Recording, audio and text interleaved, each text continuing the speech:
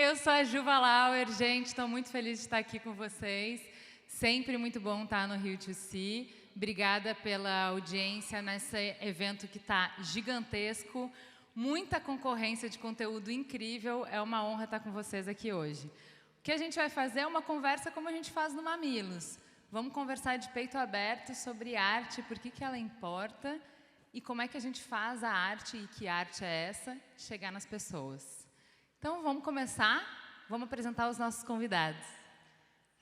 Conversem conosco contando quem são vocês na fila do pão. Por favor, Rafa, comece, por favor. Eu não sei, acho que eu ainda estou pensando quem sou eu.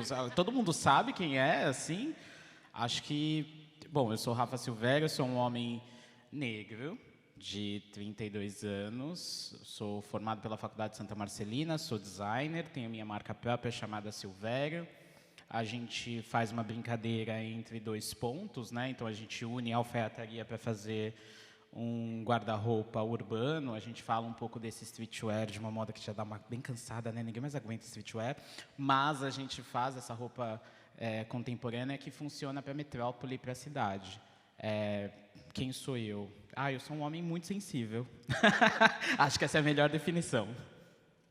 Gabi, por favor, se presente para a nossa plateia. Quem é você na fila do pão? Quem sou eu na fila do pão? Bom, meu nome é Gabriela Davis, eu sou cofundadora de uma plataforma chamada Comadre, e hoje, inclusive, eu quero estender para todos vocês serem minhas comadres e compadres, onde a gente une arte e impacto social. Então, a partir da arte, a gente faz projetos em parceria com artistas, em parcerias com instituições e ONGs, né, para justamente tentar trazer luz às ações que a luta, né, social, que a gente acredita que é importante, e sempre unindo, né, um apoio com, enfim, o público e a arte mesmo. Então, vamos começar para a primeira pergunta. A arte põe em circulação diferentes perspectivas culturais. Então, a produção cultural está diretamente associada à produção artística, que geram sistemas de representações. Para conhecer um pouquinho do projeto de vocês, contem como que o que vocês produzem, a arte que vocês colocam no mundo, se entrelaçam com o que vocês representam. Você achou que ia ter pergunta basiquinha no Mamilos? É que eu achei que o sexo frágil ia ter um pouco de privilégio, né? Mas acho que tiraram todos eles quando eu passei pela porta. É óbvio que eu acho que é uma grande descoberta. Eu acho que eu não tenho consciência de tudo. Eu tenho um histórico de supressão sentimental enorme. E então, às vezes, é uma grande revelação. O meu contato com as emoções, ele se dá pelo desenho. É ali que eu entendo se eu estou mais raivoso, se eu estou menos, se eu estou mais romântico, se eu estou mais opulento, enfim. É o desenho que me dá esse termômetro. Obviamente que toda vez que eu penso uma história para contar, quando a gente fala no meu processo de coleção, é sempre de um lugar da curiosidade sobre alguma coisa que eu não sei ou sobre uma coisa que me incomoda. E aí eu vou me debruçar, fazer uma pesquisa muito ligada à filosofia, à literatura, vou buscar nesses lugares conceitos amplos, que aí eu vou tentar plastificar esses conceitos que não são conceitos táteis, né? A gente não tem, eu não faço um mood board assim visual de livros e filmes, mas eu vou buscando palavras soltas, músicas, sensações. Então, eu sempre falo que é um grande tatear no escuro, assim. Primeiro, para poder ir fazer mais sentido nessa questão. É muito importante deixar claro que eu sou um homem negro de São Paulo. Então, a minha vivência se dá pela cidade, se dá pelo território, se dá pela urbanidade. E estou cada vez mais entendendo o que é ser homem. O que é ser homem? Né? Toda vez atravesso com machismo sistêmico, tipo... acho que a grande questão que esta semana, acho que há 2 dias atrás, que me incomodou muito, foi tipo, mas você é frágil, né? E aí eu fiquei, oi? Eu não sou frágil. E aí depois, mas e se eu for frágil? E qual o problema de ser frágil? E por que nós homens não podemos ser frágeis?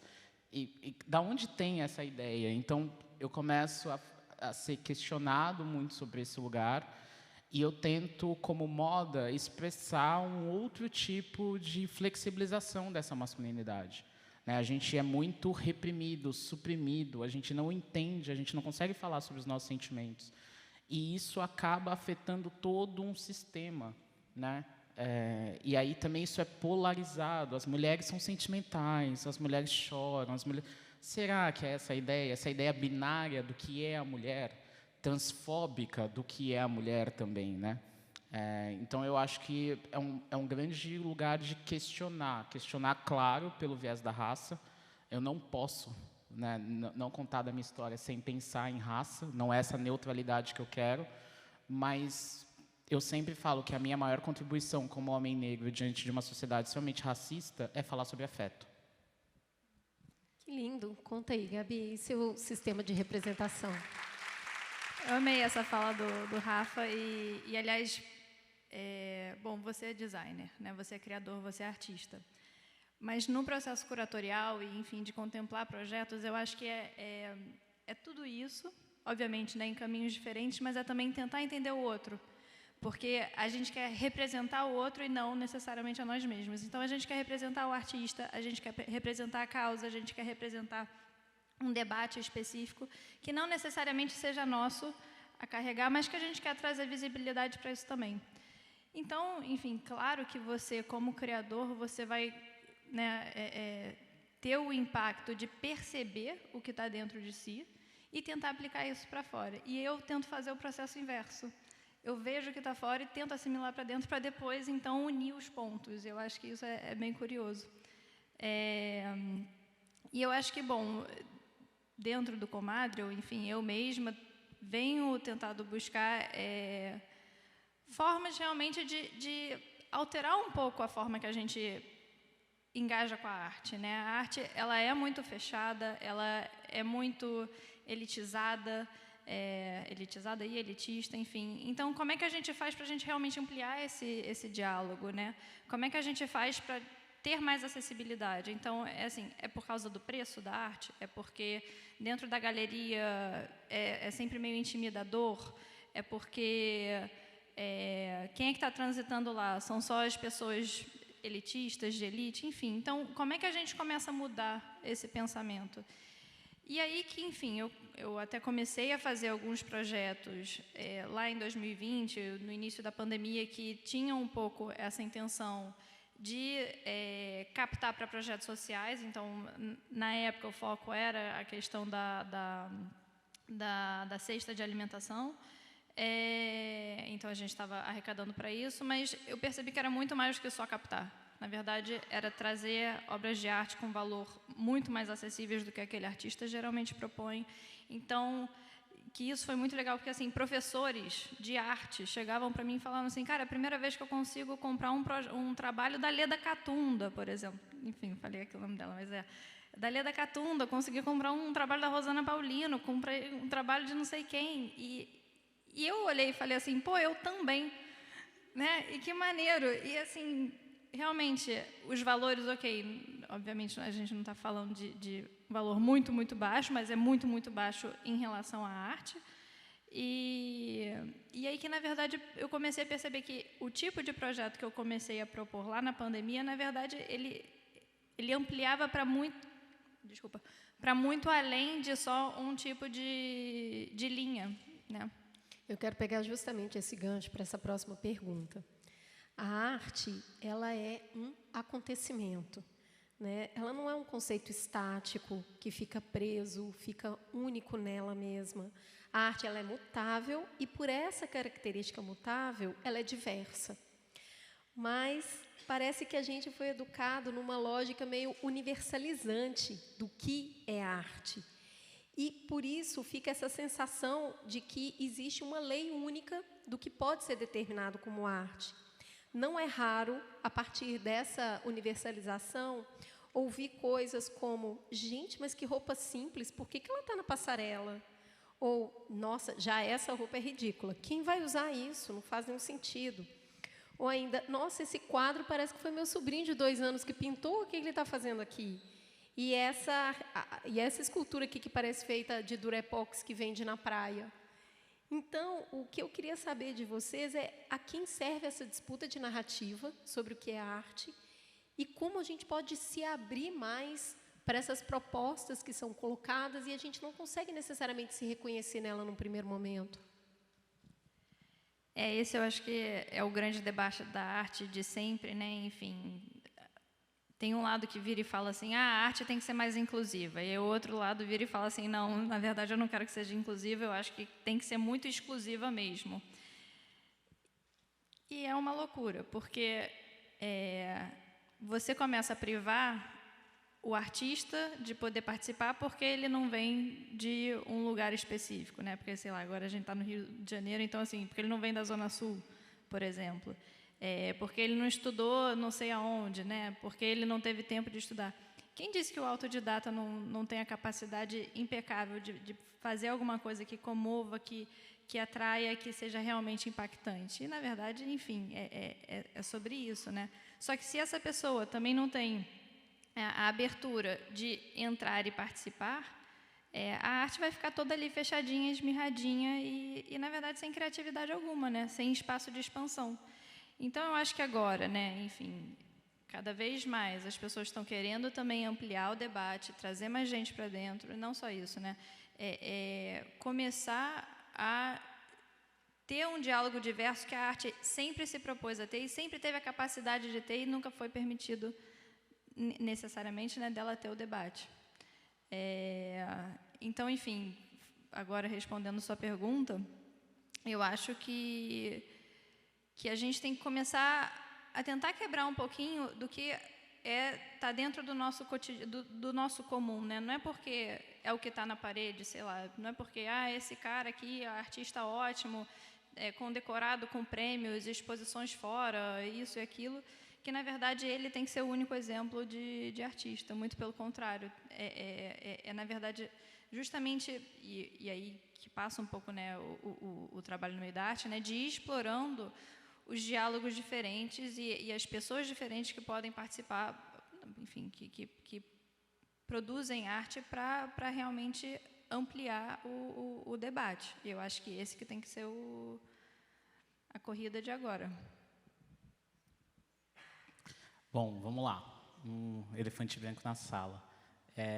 Eu acho que, na verdade, quando a gente começa a pensar e ir a fundo, a arte, assim como a moda, vai se apropriar da pressão, talvez, das pessoas, dessa comunidade civil, para se manter no lugar onde ela sempre esteve, de inalcançável, de inatingível, de exclusiva.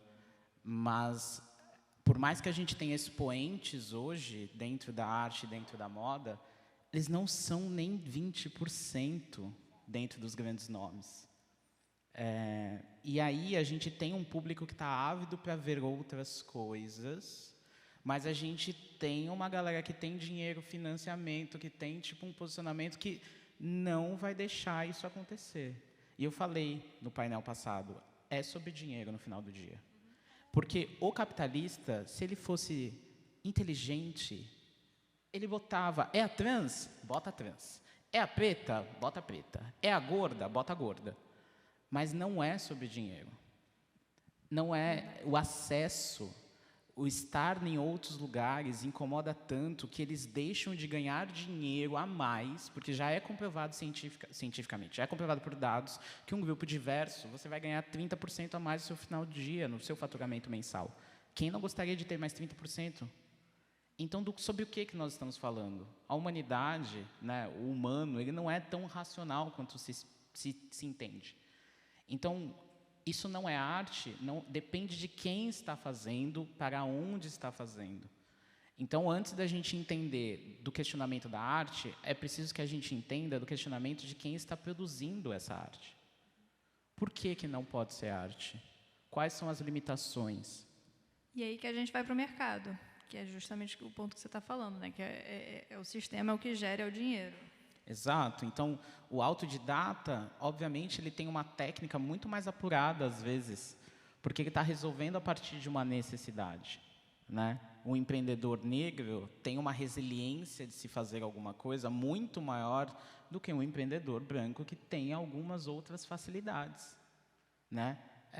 Então, acho que a gente precisa entender a quem se interessa a gente não ter acesso à arte.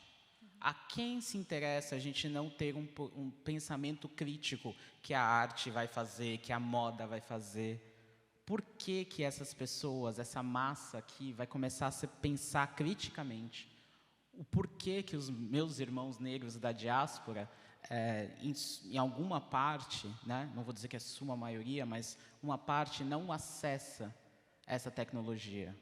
Por que que nós não estamos letrados nesse sentido? A quem interessa? Pois é, mas tem uma resposta muito... Essa pergunta é complexa, mas tem uma camada que é bem simples. A gente acabou de passar por 4 anos de apagamento da arte, de um ataque à arte, de uma aridez cultural, que isso eu acho que independe de espectro político, eu acho que a gente consegue reconhecer como um fato, aconteceu isso, né? Claro que a gente ter passado por uma pandemia não ajuda, né? A gente fica mais duro quando a gente está no modo de sobrevivência. A arte tem muito para nos ajudar nesses momentos, mas são momentos que costumam levar a gente para um drive mais de sobrevivência. Então, se a gente entende que nos interessa, eu não sei a quem interessa que não tenha arte, mas se a gente entende que nos interessa a arte, que é vital, que faz sentido, o Mamilos tem uma minissérie chamada Alegria Agora, Agora e Amanhã, que é justamente de por que a gente precisa de festa popular, festa de rua, da gente se encontrando, nos momentos em que crise econômica, crise sanitária, o que nos falta quando a gente abre mão das festas? Então, se entendemos que importa, o que a gente faz para que a arte encontre as pessoas mesmo? Porque, só botando uma pimenta no que vocês falaram, não é só que o acesso de quem está criando é difícil, que isso também. Mas quando a Cris pergunta por que esse julgamento, a gente pode ver todos nós, as pessoas mais de base, a população como um todo, tentando julgar a moda ou a arte. Ah, não, isso não é arte, não, isso é bobo, isso é simples, isso é feio. Num padrão estético muito curtinho. Então, como é que a gente faz para tirar a arte desse lugar de, não, quem determina o que é bonito é só isso aqui que é bonito, e a gente está cada vez mais pasteurizado no que é bonito, e como é que a gente traz a arte para ampliar o olhar, para que as pessoas consigam se interessar por isso, se deixar ser atravessado, se deixar ser provocado, deixar que a arte te mova mesmo. Eu quero só complementar essa pergunta, porque quando a gente propõe esse encontro, a gente não pode esquecer que o Brasil é gigantesco e a gente tem uma massa de pessoas não escolarizadas, que tem pouquíssimo acesso a senso crítico. Então, a gente tem gente lá no alto produzindo uma arte extremamente pensante, e a gente tem uma galera que está aqui falando, isso não, nada a ver, não conversa comigo. O artista tem que ir onde o povo está?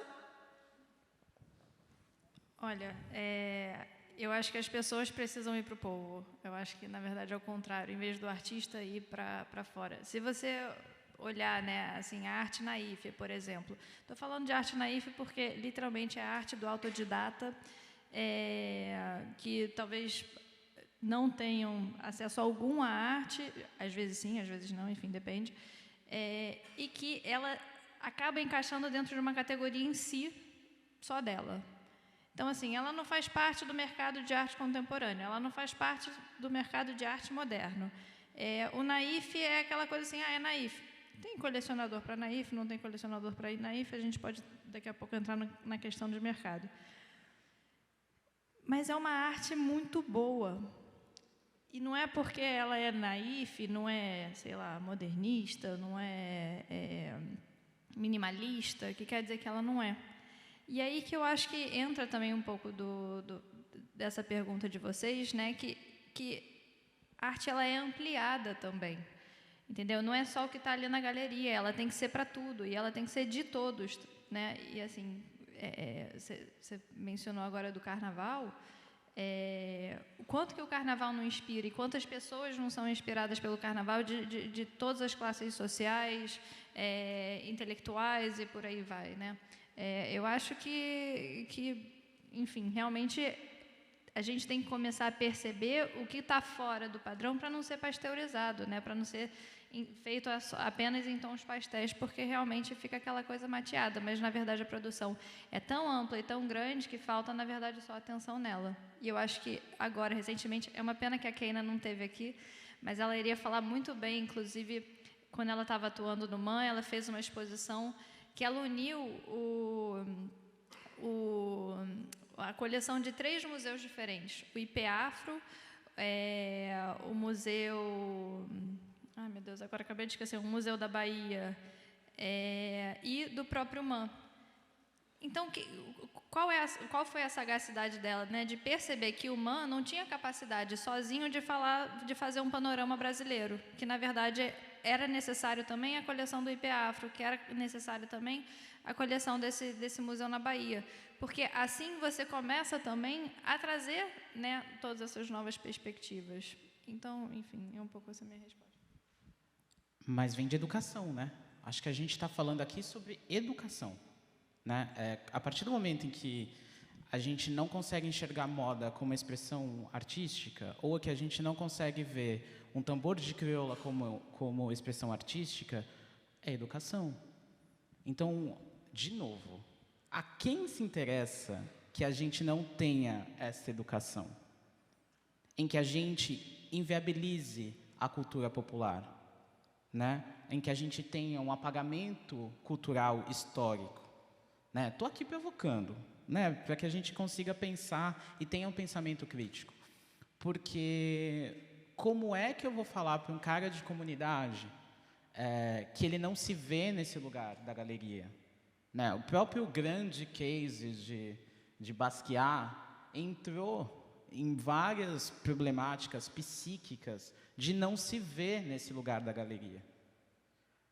Porque a gente entende que esse espaço está o tempo todo contra nós, né? Então, a gente não precisa de uma educação, mas a gente também precisa da autoestima. A autoestima, a imaginação, durante um processo formativo de uma criança, vai fazer com que ela seja um adulto que não tenha essas problemáticas que a gente está jogando nessa mesa aqui hoje, né? Essa educação que ela é pública, ela é feita a partir desse planejamento para que a gente tenha gerações que tenham mais autoestima à hora de se afirmar e que consigam indicativos, se correlacionem com esses indicativos e falem, cara, aquilo é arte, né? A capoeira é arte. Então, estou tirando a arte desse lugar, da galeria, nem conheço, nem sei, depois você me dá umas dicas. E estou trazendo para a arte que a minha avó faz, que é fazer um ótimo arroz doce. E que ela não se vê nesse lugar de potência, por N motivos sociais, históricos, enfim. Ela não se enxerga nesse lugar de se apropriar que eu também posso ser uma artista. Porque isso vai fazer diferença quando eu me entendo designer, quando eu, Rafael, entendo que eu posso ser, além do que está pressuposto, além da estatística, além da violência que atravessa o meu corpo, além da minha orientação de gênero, de sexo, eu consigo me apropriar disso e expor o meu máximo. Mas isso é eu o tempo todo tentando reaver uma questão que é externa e que me atravessa constantemente. E ainda sou visto como frágil. E aí sou visto como frágil, né? Então, não é uma problemática tão fácil e tão simples da gente solucionar. A gente tem a síndrome do vira-lata. Tudo que é feito na gringa é mais legal. Tudo que é feito fora é mais legal. A gente não conhece o nosso país. A gente não entende o nosso país. A gente está o tempo todo achando que o Sul, o Nordeste... Existe uma competitividade de regionalidade. Mas essa coisa do raro também pega, né? Porque poucos conseguem fazer, poucos conseguem ter acesso, então é isso que tem valor. Isso não, isso aqui tem na comunidade, isso aqui eu sempre vi, isso aqui eu cresci com. O artesanato. O artesanato, não, isso é uma arte menor, né? Porque o que me parece é, desse lugar de potência, que eu enxergo valor no fazer, em todos os fazeres, na arte que está ao meu redor, eu tenho mais autoestima para chegar também e me relacionar de um outro jeito com a arte dita Mas erudita. aí você quebrou um mercado inteiro. Essa é a grande questão. Você vai quebrar um mercado de galeria. Se essas pessoas entendem a arte de outra forma, a gente tem um mercado em colapso, a gente tem compradores de coleções, todos vendo o preço da arte cair. Meu Deus do céu, a arte erudita, o que fizeram com a arte erudita? Meu Deus, eles invadiram os lugares, agora eles têm potência, deixaram eles entrar pelas portas, as mulheres brancas chorando, os homens brancos pedindo empréstimo no banco. Isso é um cenário catártico, isso dá um filme maravilhoso, aliás. Imagina, gente, é mais simples do que isso. Tem fila. Não é? Eu contextualizei a arte, eu chamei, eu convidei as pessoas, eu abri o museu num horário que dava. Aí fez fila. Ai, que horror. Gente, um inferno agora em São Paulo. Você vai numa exposição, você não consegue mais. Horrível isso. Horrível em São Paulo. Desde que você não baratearam, consegue. os estudantes estão todos na porta. Tem lésbica, tem travesti, tem viado, eu não sei o que está acontecendo. Ó, na minha época não era assim. Não era assim. Sabe? Você sabe que eu não tenho preconceito, amigo, que eu tenho amigo Não, viado, tenho amigo também tudo, não. sabe, né? Então, mas assim, agora, você viu, a prefeitura acabou com tudo. Agora esses negócios assim de Sesc, CEL. Não, você né? não viu que levaram grafite para fazer a exposição? Ai, gente. Ai, é de última, né? Eu Os fui na meninos Europa, sujam na o prédio na e Europa vira eu levei- arte agora. Tudo é arte também agora, né? Na Europa eu encontrei nosso amigo Maurício, sabe? Maurício, daquela viagem que a gente fez para Saint-Tropez. Então, Maurício, aquele alto, meio loiro, acho que eu sei quem é. sabe quem é? Sei, já ouvi É falar amigo do dele. Luizinho Pacheco. Claro, eu amo o Luizinho. Ai, ele é ótimo, né? É verdade. Então, eu encontrei ele numa galeria. Lá fora, amiga, é diferente. Aí ele tem uma super coleção. Ai, é. Nossa. Só tem nome fantástico, Nossa, né? eu olho para um Dos quadro e fico sonhos. tocada. Bom, acabou a peça. Vamos. A gente tem que falar sério, é isso agora? Foi uma ótima esquete, vocês estão de parabéns. Eu gostei de assistir, vocês gostaram? Alô, Netflix. Cara, eu acho que a gente falou bastante aqui dessa arte que precisa cavar esse espaço no mundo para chegar nas pessoas, a dificuldade das pessoas também chegar nessa arte, mas eu acho que é importante a gente aterrissar um pouquinho mas por que mesmo que a gente está brigando por isso acontecer? Você trouxe educação, e falando a arte tem que estar nesse processo de educação, mas não dá, a gente já tem matemática, tem português, está difícil demais, já tem muito conteúdo para aprender. E aí eu acho que é importante a gente explorar um pouquinho para que serve essa arte que toca o seu coração, essa arte que te leva para outro lugar, essa arte que te incomoda, te questiona, essa arte que muitas vezes parte da elaboração da dor. A resposta do artista é a elaboração da dor que ele sentiu. Essa dor raramente é pessoal, geralmente ela é coletiva, né? A gente não passa por nada sozinho. Para que serve? Por que a gente precisa, principalmente agora, depois de 4 anos de desvalorização da arte, buscar com todas as forças que a gente tem para esse coletivo brasileiro ter acesso a isso? Bom, acho que antes de mais nada o Brasil é muito grande e muito vasto. E eu acho que quando a gente está falando sobre arte, enfim, essa mesa de forma ampliada, a gente também está falando sobre sujeito. Né? Rafael trouxe a experiência dele como um homem negro empreendedor. Eu estou falando como uma mulher que está trabalhando no mercado de arte. Vocês falam do Mamilos, né? Vocês coordenam e lideram Mamilos. Vocês todos são tantos que eu não sei nem por onde começar, quem é quem. E assim, quem faz arte? Né? A arte, ela vem de dentro para fora. Ela é algo que tem que ser contemplado de acordo com a natureza de cada um que faz. Né? Quando a gente fala sobre o Brasil, um Brasil coletivo, cara, é um Brasil muito rico de muitas pessoas. Né?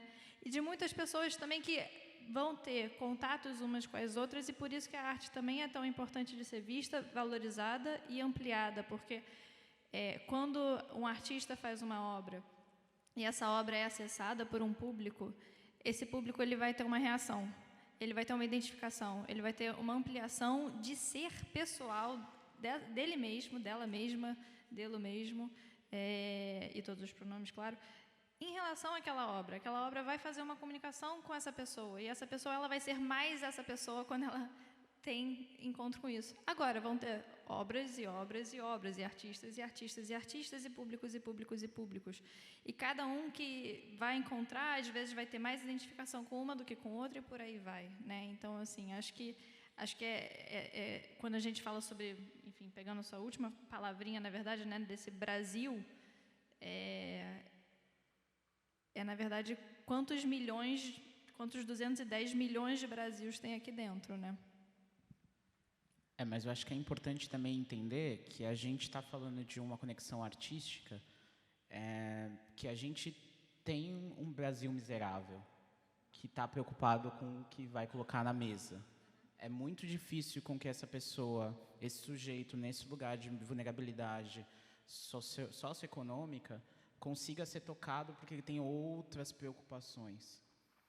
A arte ela vai ser um lugar de desopilar muitas das coisas. E emoção a gente não educa, né? Tipo, emoção, sensibilidade artística, ou você tem e começa a desenvolver, ou você não tem por algum motivo. E também acho que também desromantizar esse lugar que o tempo todo a gente está sendo tocado, porque às vezes essas preocupações são tão latentes que você não consegue ver, você não consegue enxergar, né? Então, a gente tem que entender que a arte é o único lugar para a gente fazer questionamentos e entender subjetividades da nossa psique que a gente não consegue chegar lá sozinho, né? Esse sentimento oceânico acontece com a conexão quando você se depara com o distinto, né? Quando você se depara com algum lugar e você se reconecta consigo mesmo. Então, também tem a experiência do todo e do individual, da solidão em estar na frente de uma obra de arte, de se reconectar ou conhecer uma parte em você que talvez estava no subconsciente, né? Então, obviamente, é por isso que a arte tem esse lugar de estar restringida e pejorativa, né? Porque agora, enquanto você falava, eu lembrei, menina, esse menino só faz arte. Mas meu sonho é vender arte na praia, né? Então, a gente tem um pouco desse lugar da arte como pejorativa, não como uma arte potente. Mas é o oposto do trabalho, né? O que produz? Não está produzindo nada. E eu acho que, para mim, vai muito nessa direção a resposta da Cris. Assim. Eu entendo que você fala que a gente não educa a sensibilidade, mas eu acho que a gente convida. E eu acho que esse, para mim, é o papel fundamental da arte, que eu concordo com você. Tem menos espaço em mim para eu lidar com os meus sentimentos quando eu estou com uma vida muito dura. Porque eu tenho que ser duro para resistir à vida. E eu não posso pensar, porque se eu não pensar, eu não faço tudo o que eu tenho que fazer. Eu não posso sentir, porque se eu sentir, eu não dou conta de todas as violências que vão me atravessar em um só dia. Esse embrutecimento, eu acho que a arte é essencial justamente porque ela não desiste de você. São convites que vai vir numa música, que vai vir num raio de sol, que vai vir esse convite da beleza, esse convite da arte, que vai vir no carnaval que seja, que você entrou por uma coisa e foi tocado pelo que você nem sabe, entendeu? Eu acho que também tem isso. Quando a gente amplia esse lugar de arte para não só o quadro que está na parede, e a gente vai para esse lugar mais de arte popular, eu acho que a gente tem jeitos da arte se aproximar e você nem vê que ela está vindo. Você buscou uma coisa e quando você viu a beleza está lá, quando você viu a alegria está lá, quando você viu a tristeza, que você fugiu, que nem um desesperado, está lá. Então isso que você falou, que é esse relacionamento que você se vê melhor e você vê um mundo melhor por causa da arte, eu acho que é por isso que a arte é essencial, porque ela não deixa de nos fazer convites. E ela está em todos os lugares, ela vai nos pegar, uma hora ela nos pega. É a experiência do belo, né? A gente está aqui falando da experiência do belo, não do bonito, do belo, do que vai te comover, do que vai fazer uma conexão com o divino, do que vai trazer esse senso de pertencimento, que você não está sozinho. Ou até do que te incomoda, né? O que vai encontrar com você mesmo, com as coisas que você está fugindo de você, com seus traumas, com as suas dores, com seus corações partidos. Mas isso também é o feio belo. Da sociedade, com tudo isso. Isso também é o belo. O belo também é esse lugar de te provocar, de te colocar em conexão com a sua natureza mais subjetiva, que está muito enraigada, confusa, cheio de camadas propensas. Então, acho que a experiência do Belo é o que a gente estava tentando chegar. Não sei se respondemos à pergunta. A experiência do Belo é a experiência de sentir. Não importa o afeto, mas você sente diante do Belo. Dor, prazer, felicidade. Afetar, né? Você é afetado. A arte vai te atravessar e vai te afetar de alguma maneira. E eu tenho pensado muito nesse lugar de afeto coletivo, principalmente porque a gente está num estágio de violência latente, quase banalizada, associada a centenas de milhares de perdas da pandemia.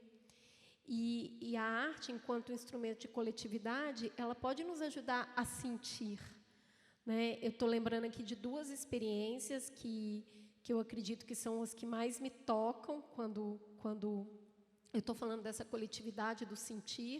A primeira delas é quando aconteceu o genocídio em Ruanda, uma das igrejas onde pessoas Tutsis foram se esconder, essa igreja foi trancada e as pessoas morreram lá dentro.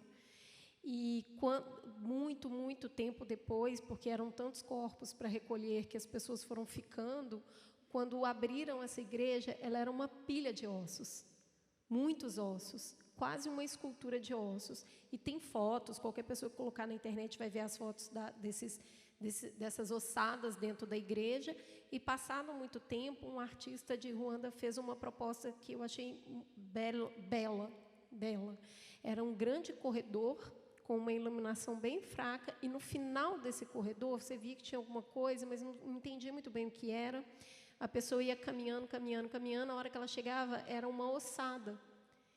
E ele usou ossos de animais, de vaca, de boi, só que eles pareciam ossos humanos.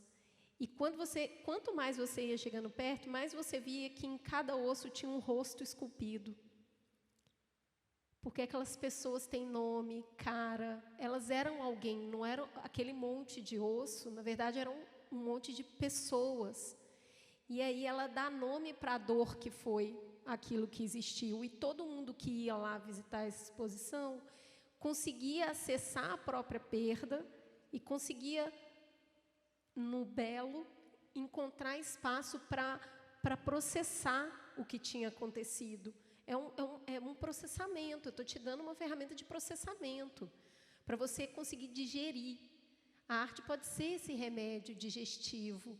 A segunda experiência foi na Colômbia, quando o governo teve a brilhante ideia de pagar para o exército, para cada guerrilheiro das Farc que fosse morto.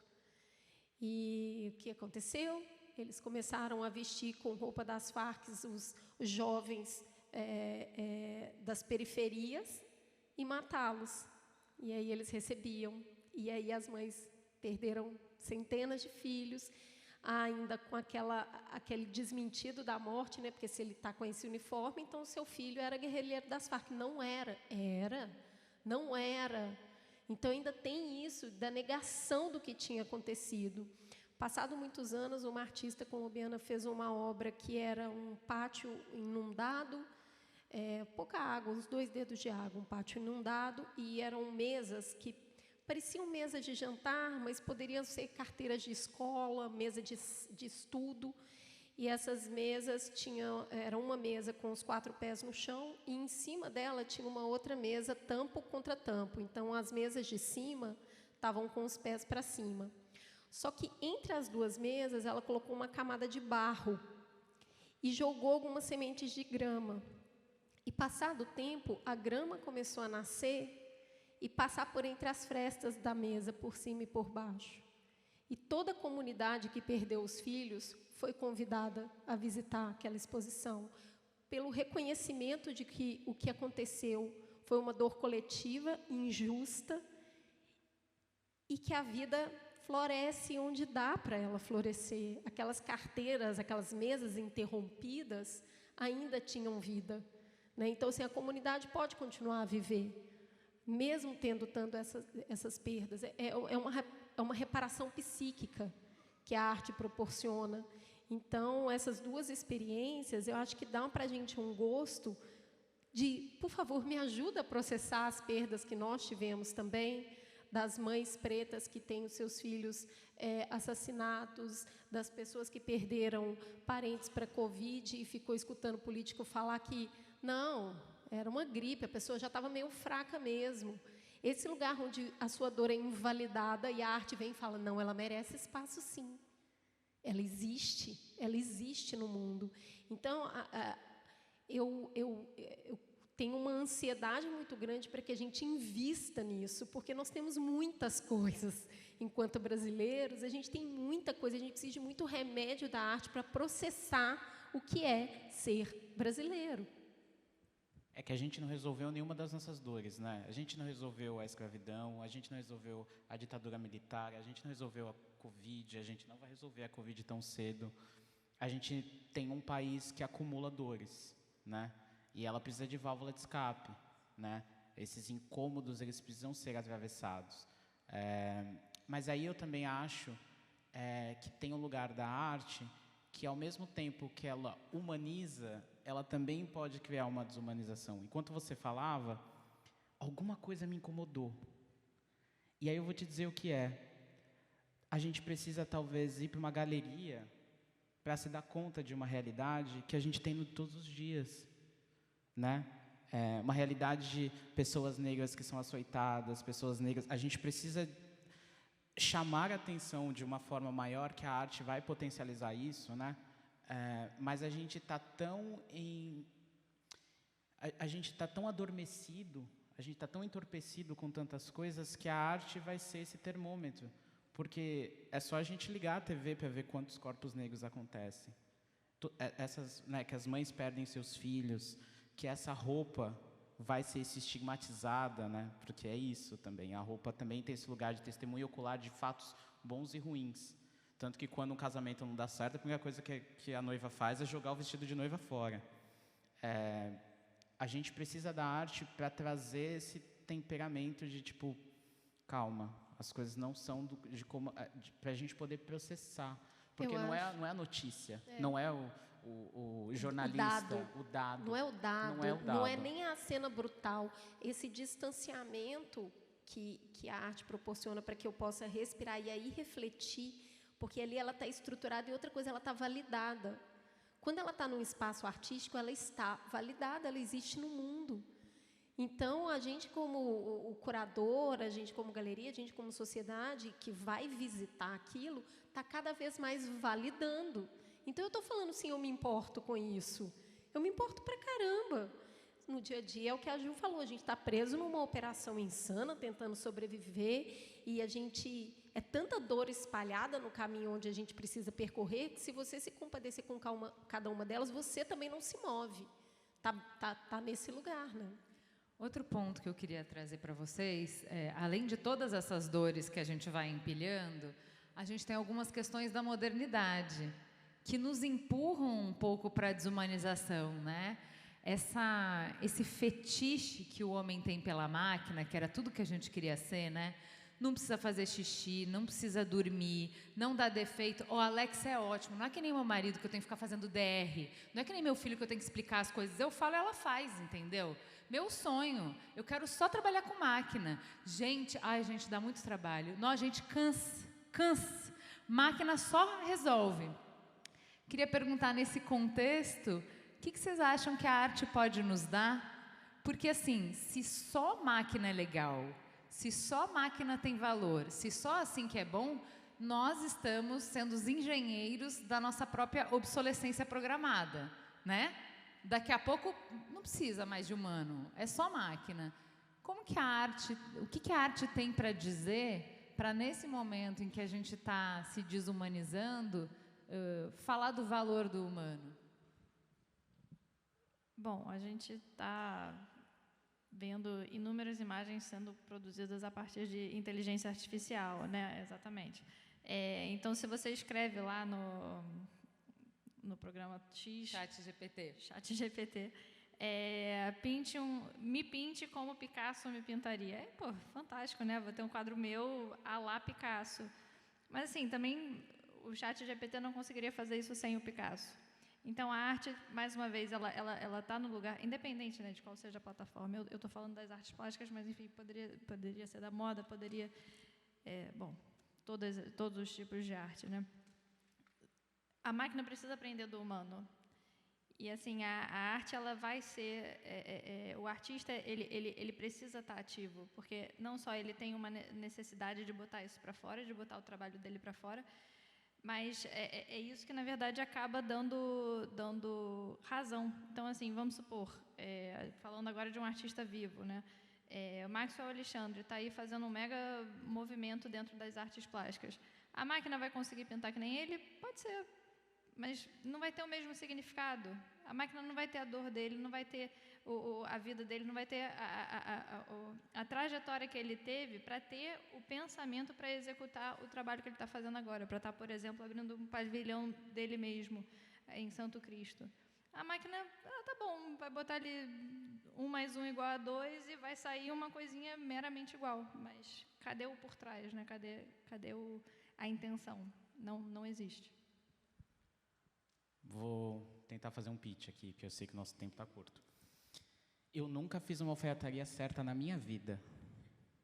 Eu nunca consegui costurar reto. Nunca. Aí vocês vão falar, mas como é que você é estilista de alfaiataria? Porque ela é errada. Ela é torta. Ela é esquisita, ela é falha. Entendeu? É tudo no viés, contra o fio, enrugada, feia. A gente se conecta pelo erro, não é pela perfeição. Aquele cantor vai fazer aquela nota e tem aquele grave, sabe? Aquele ríspido, naquele agudo, que não está certo, está meio semitonado. É ali que você vai achar mais bonito e que o arrepio vai acontecer. Não é na técnica, não é na execução perfeita. Está no erro. Está no espaço do espontâneo, que é o erro.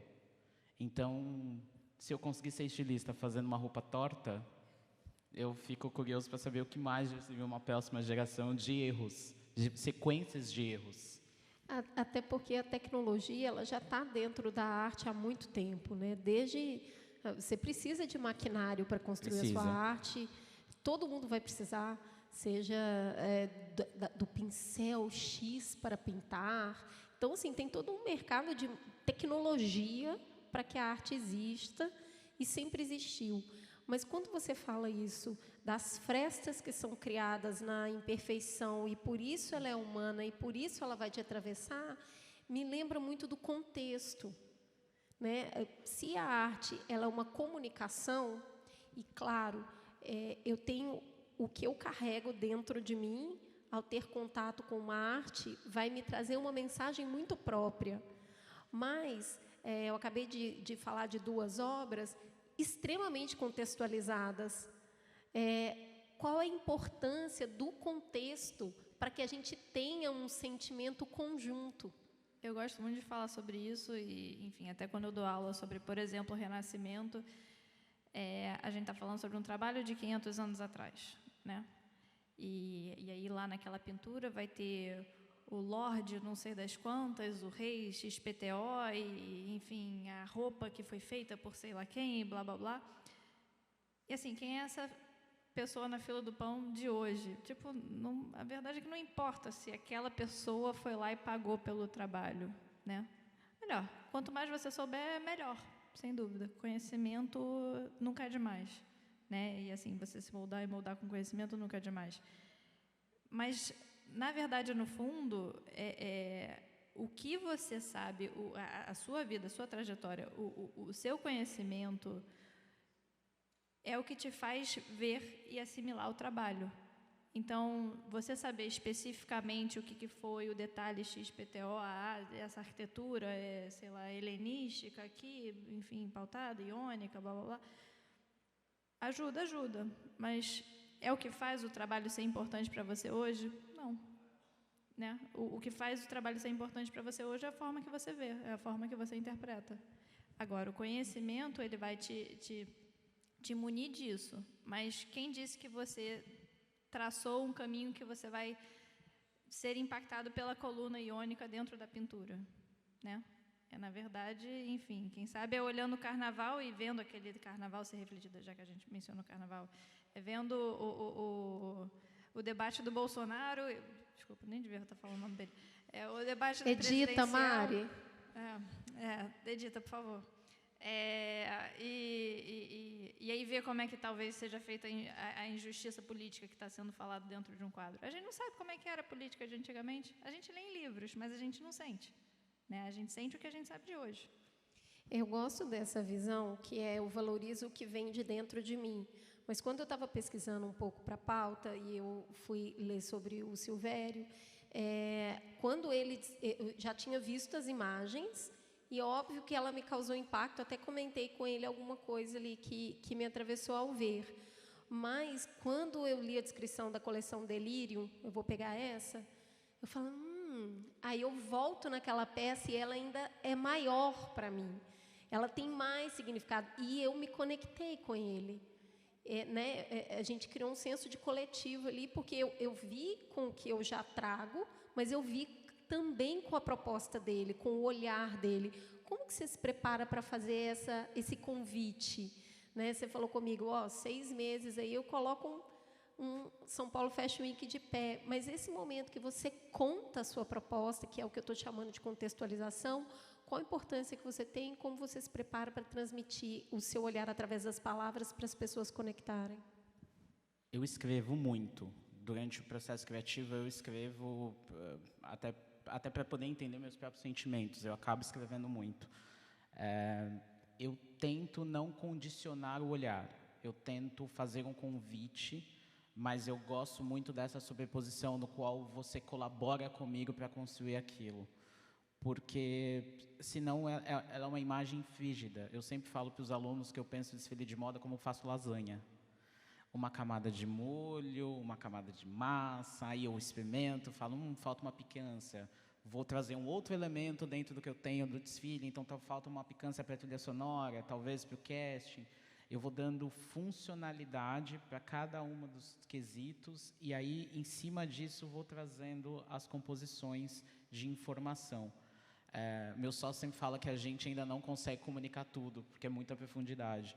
Mas eu falo para ele que a gente não precisa comunicar tudo, porque senão fica chato. A gente precisa fazer com que a pessoa se emocione. Eu sempre penso um desfile de moda com emoção. Não existe um corpo dentro daquele desfile que não seja emocionante. Para mim, eu geralmente sei o nome de todos os modelos, todos eles fazem parte, de alguma maneira, de uma história que eu quero contar. E eles estão dispostos a comprar essa história.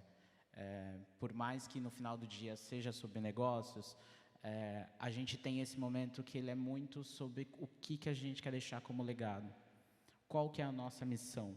E aí voltamos de novo ao empreendedorismo. Qual é a nossa missão? Por que a gente está fazendo tudo isso? Porque várias vezes durante o processo a gente se pergunta, ai Deus, será mesmo? Será que eu queria? Será que não era mais fácil vender tererê na praia? Né? Então, eu acho que essa pergunta de contexto, de o que você vem, e ele me explicar me ajuda a olhar através do olhar dele, mas aí você se questiona, mas por quê? A obra tem que conversar com você, o artista não fala, a obra fala. Eu acho que isso tem muito do nosso desejo de hierarquizar as coisas, porque no fundo a gente sempre está querendo validar ou invalidar, né? Se a gente está falando de um diálogo, tá tudo bem se eu não vi. Isso não fala da obra, fala de mim. Esse filme eu não gostei. Eu achei bobo, eu achei... mas eu vi outro filme, eu vi outra coisa. Tudo bem, amanhã, a gente não fala isso, você lê livros. 20 anos depois, você vê outro livro. Você vê filme que você adorava na adolescência, não faz mais nenhum sentido para você. A gente muda o que a gente pensa sobre a obra. A obra não muda. Entendeu? Ela era ótima na adolescência, ela é péssima agora? Ela sempre foi ótima? Ela sempre foi péssima? Entende? Eu acho que muito dessa discussão é isso, que a gente possa entender que hoje não me tocou, mas ainda bem que a gente muda. E conforme a gente muda, se eu pudesse ter essa abertura, não é que a arte é ruim, né? Não foi que essa coleção é feia. Eu não entendi. Não falou comigo. Mas o feio também comunica, né? Pois é, mas também pode ser assim, porque eu acho que a necessidade de contexto vem disso. Não, fui eu que não consegui atingir. O Silvério pensou em um monte de coisa e eu não consegui atingir. Então, eu preciso do contextualização para chegar lá. E eu acho que a gente pode ter isso. Mas também, se eu não cheguei, tudo bem. A obra não vai ficar feia porque eu não cheguei. E eu vou ter outras... Sabe? É uma caminhada, é uma travessia. A gente vai ampliando o repertório, ampliando o nosso contato com a gente mesmo, com as nossas emoções, para que a gente fique mais disponível e para que a gente consiga enxergar. Você não vai comunicar com todo mundo. Eu acho que também tem isso do artista. Você nem quer comunicar com todo mundo, quer? Não consigo. Eu já tentei. E falhei. Eu acho que é humano e tudo bem, né? Eu acredito que justamente na ideia de colocar todo mundo para ser atravessado pelo afeto, todas as camadas de conversa são importantes. Aqui eu trago, aqui o artista traz. Eu acho que é um pouco menos sobre hierarquização e é um pouco mais sobre fazer convites, que era o que a gente, inclusive, estava falando antes, né? Eu acho que a última Bienal, por exemplo, que eu fiz uma visita sozinha e depois eu fiz uma visita guiada, como os elementos que eu tive, né, como eu me senti, o que eu tenho trajetória para sentir, para interpretar, para gostar ou não, traçam paralelos, se entrelaçam e se distanciam de quando eu também estou contextualizada naquilo. Então, eu acho que tem sempre esse lugar de me tocou, não me tocou. Esse discurso do eu não gostei, eu acho que é um discurso bastante assim problemático, acho que principalmente para a gente que é brasileiro, que é muito passional, porque se você gostou muito de uma coisa e a pessoa vira e fala, eu não gostei, o que você ouve? Eu tenho mau gosto, eu gosto de qualquer coisa. Nossa, o último episódio da série é maravilhoso. Aí alguém vem e fala, não sei por que vocês estão achando isso bom, é só mediano. Aí você fala, nossa, eu sou tão pouco criteriosa. Ou o oposto, que é o que eu falei. Eu sou bruta, eu não consigo atingir. Você fala, foi incrível, foi lindo. Não acessei, não cheguei eu acho que ainda. A gente tem esses dois grupos, né?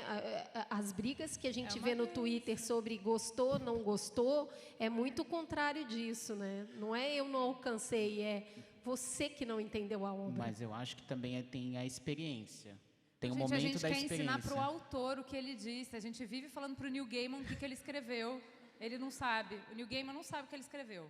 Eu que sei. Mas eu acho que tem a experiência. No caso do desfile, no caso da exposição, tem o lugar da gente criar condições para que essa mensagem fique mais nítida.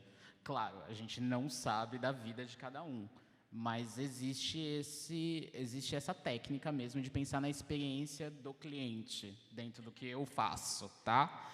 Que é tipo a gente conseguir sentar essa pessoa, pensar numa trilha sonora que nos primeiros minutos limpe essa audição, para que depois essa trilha aconteça. A luz vai me ajudar a contar um pouco mais ou menos. Existe sim o lugar da técnica. A gente falou da subjetividade da arte, mas existe técnica para condicionar o olhar, para abrir o olhar. Isso vai ajudar a minha mensagem a ficar mais nítida ou ficar menos nítida. Eu quero que essa mensagem seja ratificada, eu quero camadas de complexidade, né? Então, isso também são ferramentações para que a gente atinja o objetivo. Eu tenho um objetivo com o desfile de moda. Um artista nem sempre tem um objetivo claro e nítido com uma exposição, né? Mas aí tudo vai dizer sobre o porquê, o que eu quero com estas pessoas. A gente precisa encerrar até para liberar espaço aqui do palco, mas eu queria recomendar a todos a Juliana como guia de arte de exposições, tá? É maravilhoso, você não vai sair sem rir, isso eu posso assim, foi no MoMA a última vez que a gente foi, que meio que já estava vexame, sabe? Os comentários que ela faz sobre cada obra, maravilha, é sempre muito divertido. E eu acho que isso faz parte também de uma experiência de arte, de soltar até a criança, soltar a brincadeira, é também uma forma de conexão, é o belo, porque te afeta, porque te faz sentir. De tudo que a gente conversou aqui, eu acho que eu saio ainda mais com a ideia ainda mais reforçada dessa importância do sentir. Não importa o quê, mas sentir, né? Se fazer assim, a máquina não sente, eu acho que pelo menos por enquanto, mas eu acho que aí tem uma grande diferença, né? A gente é capaz de sentir diferentes emoções e a arte nos permite sentir e coisas diferentes com a mesma arte. Então, é um mundo do mágico. Eu adoro o mundo do mágico. Só para um adendo, quando saio do meu desfile achando feio, eu fico maravilhado. Pelo menos você sentiu alguma coisa. Não me vem no desfile e fala, não senti nada, sente alguma coisa feio, Sinta critica. ódio, mas vai na rede social, fala mal, né? Tem isso também, dá engajamento pra gente, né? Mas você sentiu tanto que foi lá, escreveu, enviou, né? Você sentiu algo. Não sentir nada que é problema. Fale bem ou fale mal, mas não fale nada. Não deixe de falar, né? Mas fale bem ou fale mal. Gente, muito, muito, muito obrigada. A gente espera receber vocês na Casa do Mamilos, em São Paulo. Foi uma conversa deliciosa. Gente, muito obrigada por estarem com a gente. Muito obrigada. Estaremos esperando vocês ali para dar beijos e abraços, que esse negócio de ao vivo é muito gostoso, a gente adora. Temos um programa? Temos um programa, fica gostosa a sensação de mais um Mamilos no Ar. Beijo, gente.